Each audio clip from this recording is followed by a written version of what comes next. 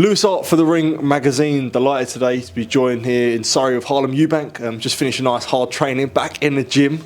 I guess a bit of day off, but no long time off for yourself, straight back in the gym. But good to see you, Harlem. How's things? Yeah, mate, all good. Nice to see you as a surprise coming down today. So good to see you down there, and we're back getting the work in. Excited for big fights coming this year. Well, you say it was a surprise. It was a surprise to see you as well. Obviously, had a bit of time off after the Tyrone McKenna fight, but always the intention sort of straight back in it. We want to be back in there in the summer. Would you say?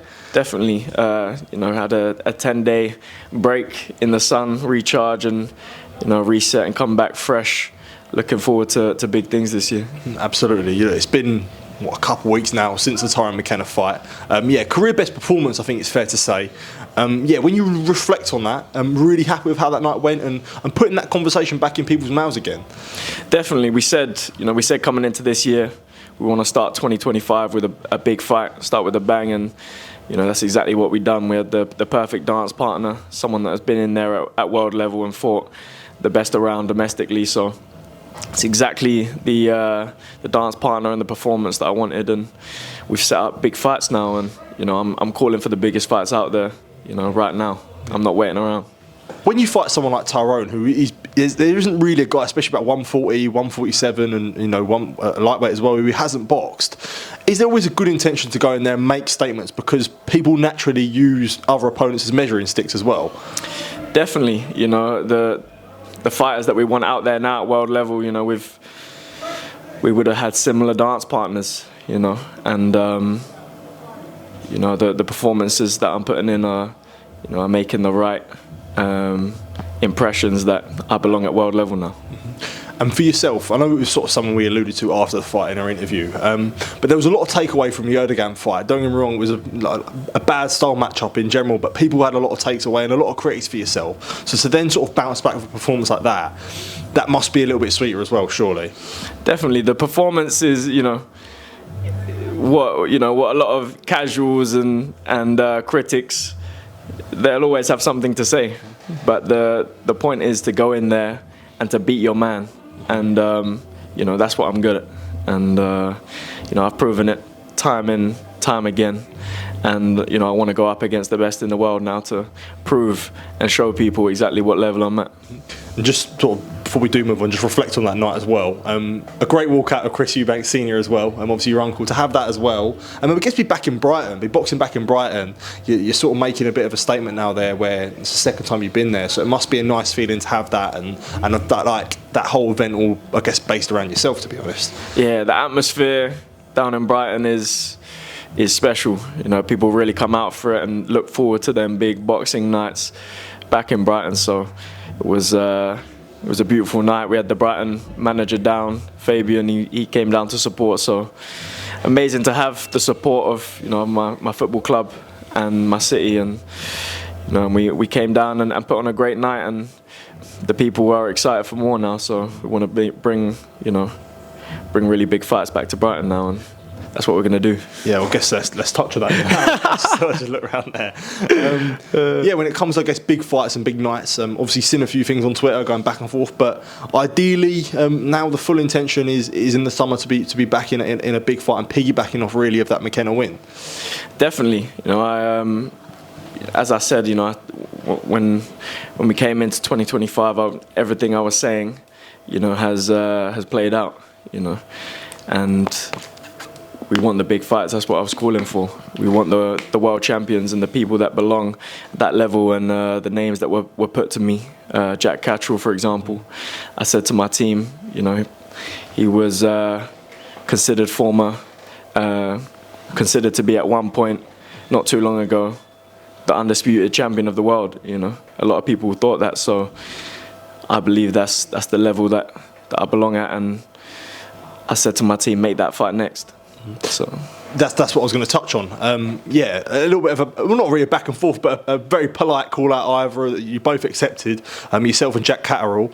So ideally that is the main name, if you're looking at the summer, at 147, ideally a fight with Jack Catterall. Yeah, if we can make that fight next, that's what I've called for. So yeah, that's what we want. That's the level we want to compete at, and I believe I'll make a statement in that fight. So that's what we want. So we're trying to get it done. Do you feel like you could be catching him at the right time, especially where he's coming off of a defeat to Arnold Barboza Jr.?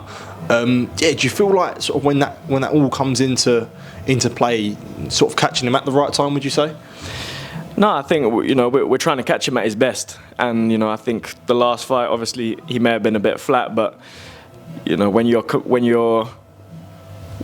beating world champions and fighting at the level that he has, you're never too far from that, and you may have dips and peaks, but you are if you have a dip, you're only going to come back stronger. So I believe he's at the peak of his career now, as everyone else has, and has stated that he should have been undisputed champion of the world. So that's the level we want, and that's the Jack Catterall that we want. Yeah, exactly. And when you mentioned about Catterall there, even his two losses, even the Arnold Barboza one, both contested. Do you know what I mean? Especially the Josh Taylor one, but Barboza was, it was a very, very even fight. So a win over him, you've always talked about sort of world title opportunities. That would definitely put you in the position which must be an exciting thought. And as a win over Catterall is massively credible, but the implication of pushing for a world title must be a massive, massive deal for you.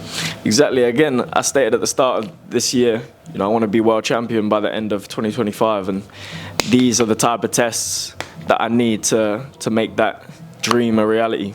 And we're on a mission to make that happen this year. So I'm looking forward to the challenges ahead. Yeah. And another name that always gets asked about yourself, naturally being a Eubank as well, and I know that he's obviously fighting your cousin Junior. People are always going to ask you about Conor Benn almost sort of in every interview. And realistically, do you think ideally that there is a position where this happens, let's say in the next 12 months? Definitely. I think he's obviously gonna have to regroup after Chris deals with him on April 26th. So he's got his hands full for now. But the level that I'm looking to fight at, I think by the end of the year we will surpass the position he's in, and it's always been a fight that I'm ready for and that I've spoken of, and the fights that we're aiming to make this year, we're going to move past him onto world level. So the fight will always be there. That's what I was going to ask you. Like, ideally, do you think a win over Catterall in general puts you a level above Conor Benn? Definitely. He hasn't fought at any type of level that Catterall's been at. So we're trying to make the real fights happen this year, not fantasy matchups. We want the world champions, and the people that have proved it at world level, and Catterall's one of them. Yeah. Before I do let you go, I do have to ask you about the Eubank Jr against Benn. I know it's pretty clear what side you'll be on, but yeah, we're about 4 weeks away now from the fight. You must be one for excited for, I'd imagine. Yeah, it's Junior has brought the entertainment value in the build-up, so everyone's engaged. He's a master of the entertainment business, and I've enjoyed the build-up and how he's went about things and entertained the general public. Yeah. What did you make of the 100 grand fine for the slap? Bit harsh, would you say? Of course, I just hope it goes to a charity of ex-boxers and goes back into a fund that's worthwhile.